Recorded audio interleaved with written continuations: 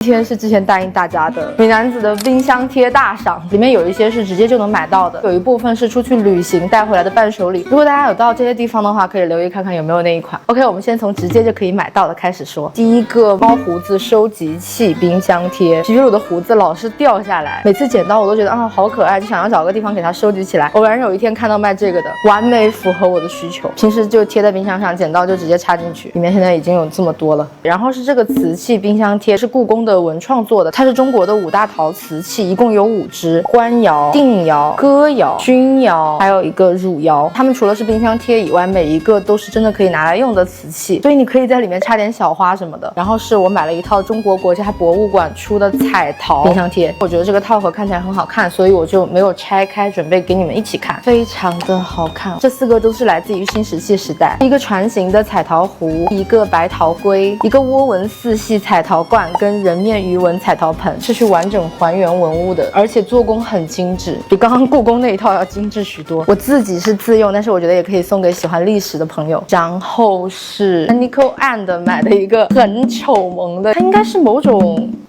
狗，我也不知道，就它是这样。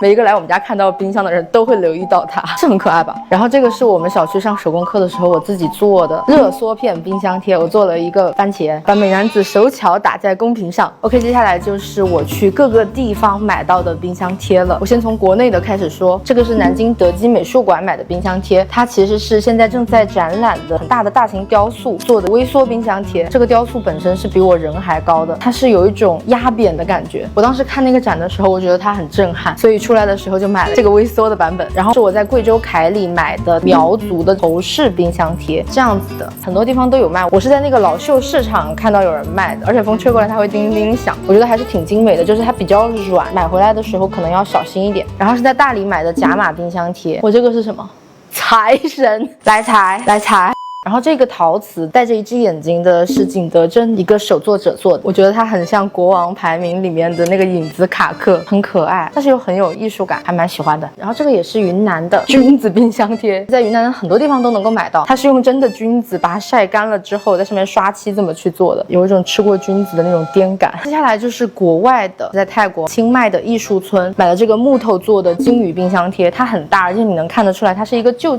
的木头，它是来自清迈一个小岛上的环保组织，他们会去海边打捞一些打上岸的垃圾，有一些是金属，有一些是木头，这个就是他们用木头2次制作的鲸鱼，我觉得很有意义的同时其实也很好看，老酷了。说到这里我就把这个拿过来了，也是在这个地方买的，虽然不是冰箱贴，冲浪机器人，它身上的钉子和木头全都是在海边去捡来之后2次制作的。如果你们有去清迈的艺术村，我很推荐你们去这家店里逛一逛，很有意思。在泰国买了一个微缩打抛饭，我真的太喜欢吃打抛饭了。我在泰国吃完打抛饭回来，每天都还要念念不忘，真的很美味。唯一的遗憾就是它这个上面应该再加一颗蛋的，打抛饭真的是双蛋比较好吃。OK， 说回正题，这个是在富士山买的哭泣富士山小人，下面会动。然后这个是参观金阁寺的时候买的，它就是小小的一个金阁寺的徽章。金阁寺是日本的文学作品里面很有名的一个地方嘛，如果你去的话就可以买一个这个带回来做纪念。这个很可爱的软软的不倒翁是在金泽美术馆